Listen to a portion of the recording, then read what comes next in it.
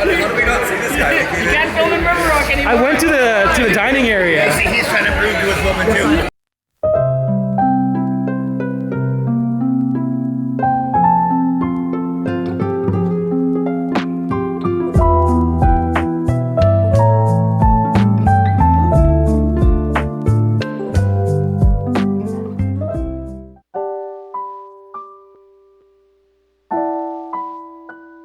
It's been a little while since the fire incident near River Rock, so I am back there now for a short session.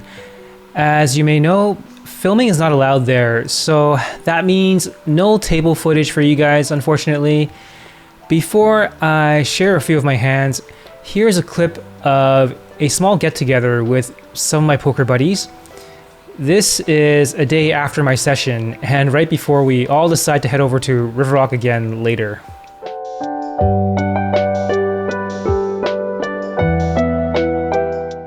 All right, guys.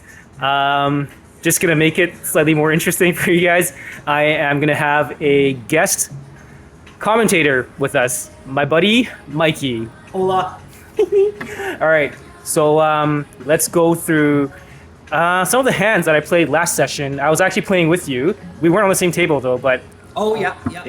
we're actually at River Rock right now. We are in the lounge area, but anyways, let's go to my first hand. All right, let me load this up. Okay. All right, so can you see this right here? Yep. Yeah. First hand, I'm at the cutoff, and I pick up pocket kings. All right, and there is one limper from under the gun +1, and I open to, I raise it to $15. Okay. What's the stack size of villain? So doesn't matter. Let's just say we're all deep right now. Okay. I didn't keep track of that. Okay. All right. Okay. Small blind calls. Yep. Big blind folds, and the limper calls. Calls, okay. Hey, let me hang up this.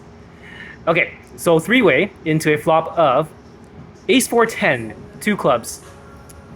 Both players check to me. And you have red kings. I have red kings. Yeah. What would you do in this spot, Mikey? I mean, it feels like if you just check like hands over and someone's gonna bet, like I'd probably just like c-bet either 20 or 25. I'd probably size larger because you should have the aces, and you find out right here. I know solvers would probably just say like bet huge because you have like all of the top of the range stuff. I'd probably just bet like 25. I Okay. think. Okay. So this is what I do. I just check. Check back. Okay. Yeah, I just check because of the ace. Yeah, and you have 2 red kings. And I figure that basically, if I do check here, I also kind of like under-rep my hand. Yeah. So, I mean, ace is going nowhere. The only value I'm going to get is from 10x, and it's going to be like maybe a 1 street hand. If I bet here, yeah, I'm either way ahead or way behind. If you expect an ace to be there, do you expect it to be the guy that limped, or do you expect it to be the guy that flatted out of the small blind? Limper. Yeah. Limper. Agreed. Because in these games, yeah, ace, Ace 6. ace, queen, ace, Yeah. king, or like limping is not Out of the not world. not out of the ordinary, Agreed. right? I mean, he might not have ace king. I double Yep. block that, but yeah. Anyways, turn card, king of clubs. Beautiful. Yes, and then small blind checks. The other villain, bets $25. I see no point raising. I probably just flat. You get information from like what the small blind does, and then Yeah. you play in position, and then you vote up. Like you can just blow the pot in position. Yeah. Yeah. So, yeah, I mean, I agree with you. So I just flat call as well because this spot just seems like same thing. I now beat the ace, but I lose to the other obvious hand right there, right, which is the flush possibility, Yep. and I unblock the clubs. Yep. Other villain folds. Yeah. Perfect. And river card is essentially a brick. Okay. Villain bets $25. Wow. Yeah. Same. So, I mean, I'm very inclined to fucking raise this. Like, it Yeah. feels like if they just take the same small sizing, Yeah. it is what it is. Like ace 9, ace jack, like off. Like, I'm very tempted to just make it like 112, and then fold to a 3-bet if they can 3-bet, which I don't think you're gonna get 3-bet a lot. I probably make it 112. It feels like you have to throw in a raise here. They're taking the same small sizing. Like, I just expect like ace jack. Okay. So you would raise big here for I would. Yeah, I make it But like what? 112. Let me ask you this though. If you raise big, what do you think? What value hands would you be targeting? Like, is it just a bluff catcher for him? Yeah, like some kind of ace X. Like if the guy gets sticky with like ace jack ace queen, maybe he can't fold. And if you have a bluffy image, like maybe like he just thinks that like he has trust issues and he just fucking calls like ace queen ace jack.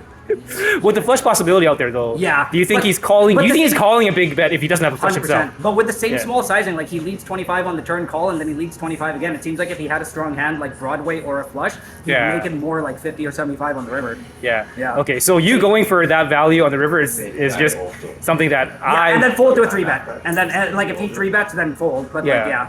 yeah. So you end up flatting. I end up flatting, Yeah, and he and shows ace jack. well, he shows 3-5 clubs. Clubs. Yeah. Wow. I mean, yeah. I go Yeah. like the small sizing would induce me. Like It would it's induce you? very, very like player specific, but it would induce me. Like he goes 25 on Yeah. the turn, and then he goes 25 again. It just feels like it's just like blocker bet. He just tries to get the showdown with like ace jack, ace queen, maybe with like one club. But Okay. yeah, it induces me to fucking raise there. Well, the reason that I would just flat here is because that flush board is Yeah. just such a prominent, like obvious hand, Yeah. right? Because the only value hands are there are either ace X or And or also flush. queen jack So- too. Like you check back the flop, like you don't unblock, like you unblock queen jack, right? Like he can have queen jack too, right? I feel like I can almost never get called by worse by By raising worse, big here. yeah. Like set over set, or Yeah. maybe two pair if you raise big. Yeah. So I'm getting called by flush almost like Yeah, it's hard to get called by what like do you expect Majority of the ace time, queen or right? ace jack to call. I think depending on image too, if people Yeah. think that like you're capable of making a move there, then you can raise the river. Like I expect regular population at River Rock to think I'm bluffing, so it Yeah. feels like I can raise the river and get called by worse.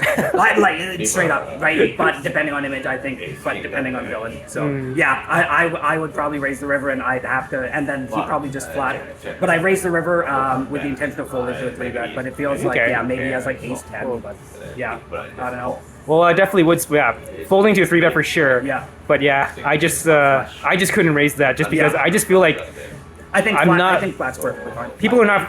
I don't even. Okay. You're not getting a call by worse. I'm not. I don't. I'm not even so sure they would even call with like Jack Queen. Yeah. Like with the flush possibility. That's how tight I think these games are. Well, here anyway. How do you expect regular population if they have ace 10 in this spot and you raise? Do you expect ace 10 to call?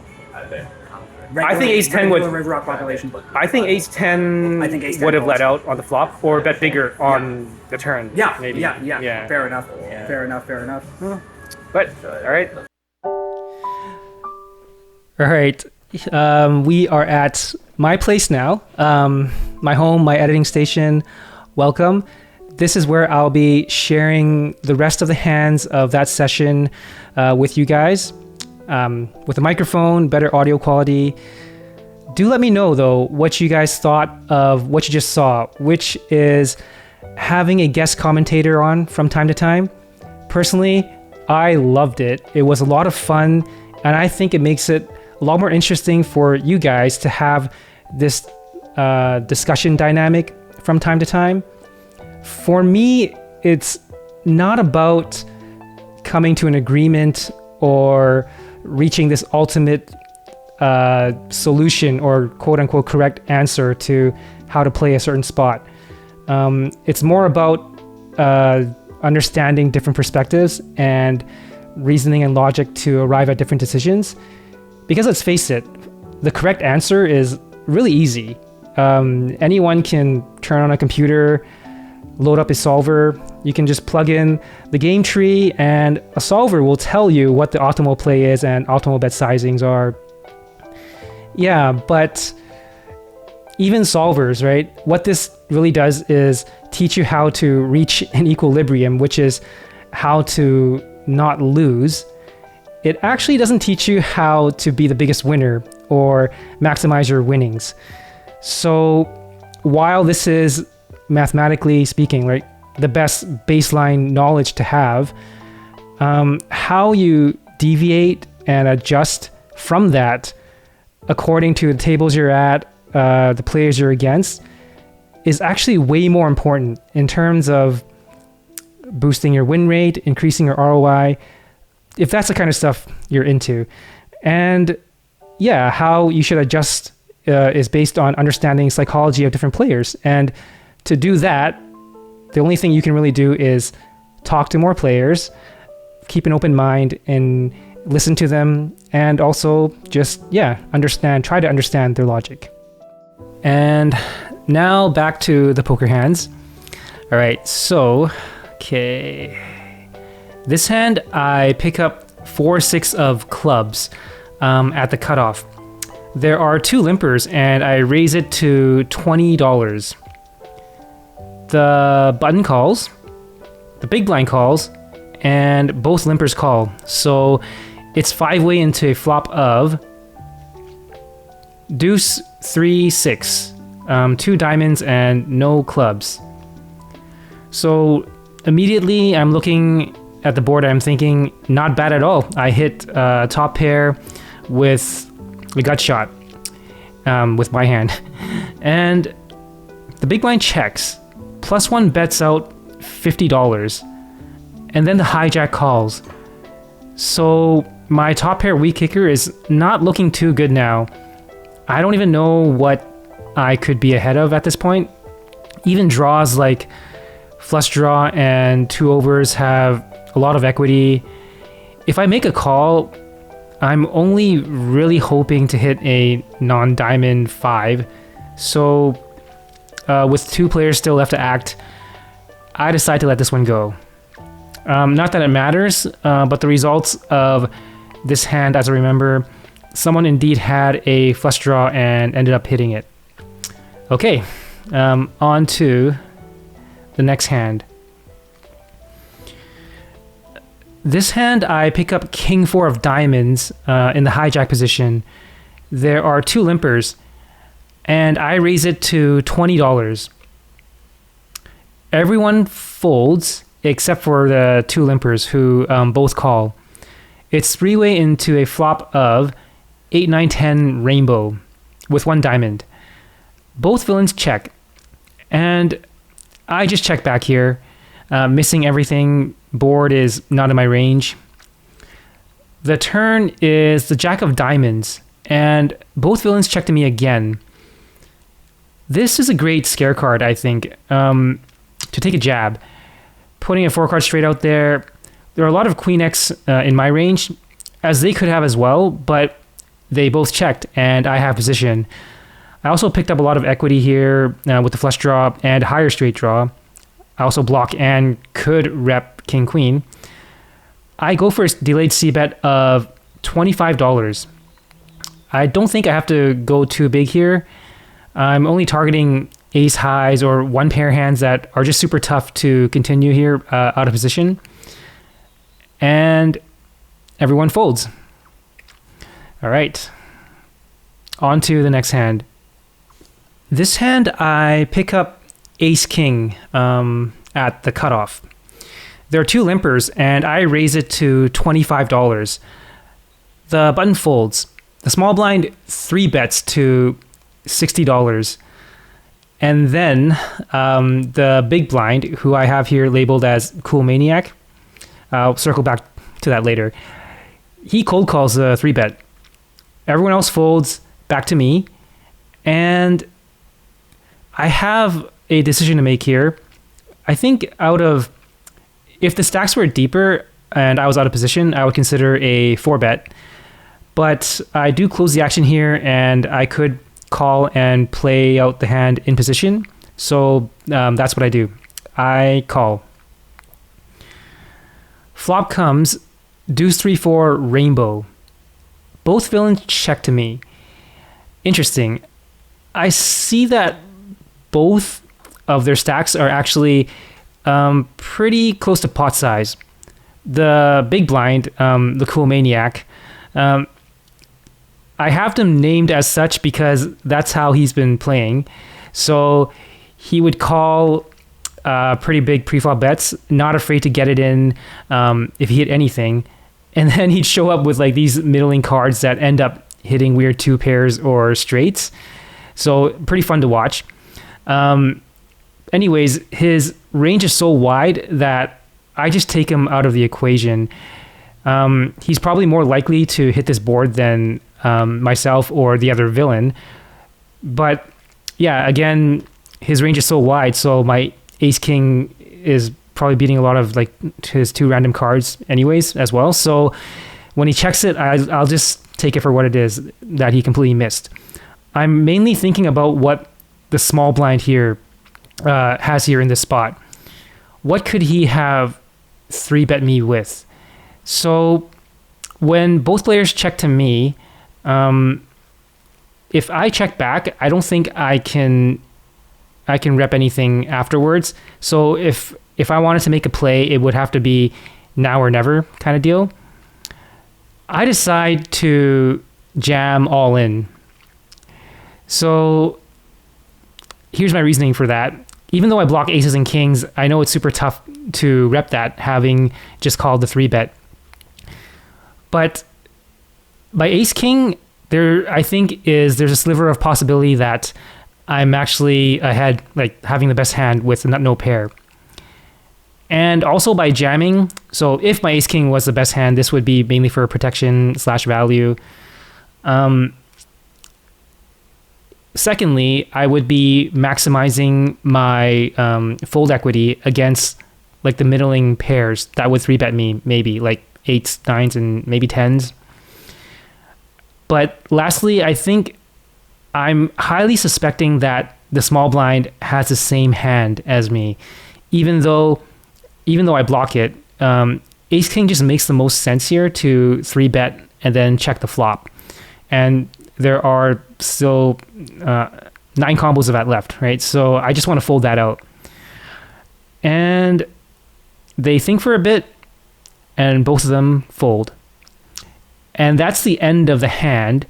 But yeah, the cool maniac. So this is just a little bit of a tangent, but I want to give him a quick shout out because at the end of the session, as I was cashing out, he walked up to me and introduced himself to me, told me he's a fan of my vlogs.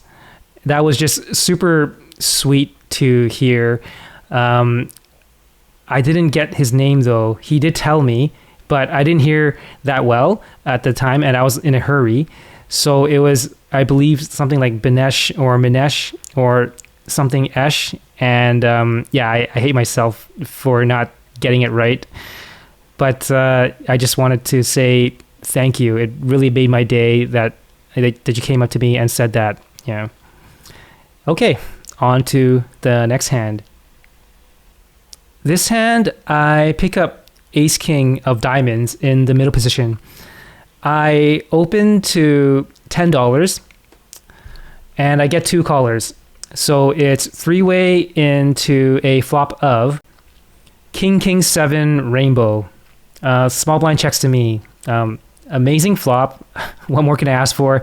Raise with ace king and then hit trip kings on a dry board. So I see bet for $10. I just think there's never a good reason to slow play here. Yeah, the hands that I'm going to get value from are the last king X, 7X, and also pocket pairs, all of which will just call anyway. So if I check, I think I'm only going to risk losing value. So yeah, c-bet. Low jack immediately raises to $45. And then small blind gets out of the way. Action is back on me. And I have a decision to make here. So the villain's raise usually, I think, is just only repping king X or maybe pocket 7s. So while I am aware of that hand that beats me, pocket 7s, there is just a lot more king X combos, I think, that yeah, that are in the range here right now. So king queen, king jack, king 10, even king 9. I think all of those could call a $10 pre-flop bet in this table. Not a problem at all.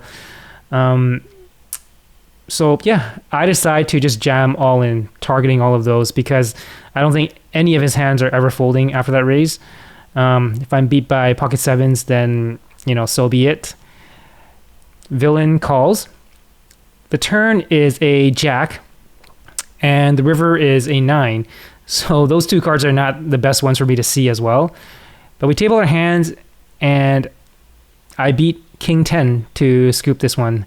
So yeah, not a bad way to end this session. This is the last interesting hand of the night. So I did take some photos of my chip stack, which I'll be sharing over here. And the results of this session, let me find it real quickly.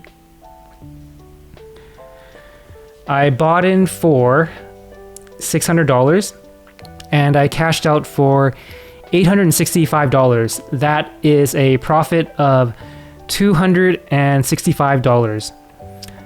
And that brings my total bankroll to this number you see right here. So before coming to an end, I want to give a quick shout out to Alex, one of my best friends I grew up with. He is visiting from New York, and yeah, that weekend was a real treat for me as I spent some time hanging out with him. Just a lot of nostalgia. He has been watching my vlogs, and he actually told me beforehand that he wanted to try to play some live poker. I was ready to take him, but sadly we just couldn't find the time to go to one of the poker rooms here. So I guess we will leave that for your next trip. And I'm just gonna end this episode with throwing out there something totally random, I suppose. Yeah, I'm just feeling pretty grateful for having good friends in my life. So yeah, remember to cherish your loved ones and friendships, and remember to like and subscribe. So hope you guys look forward to the next.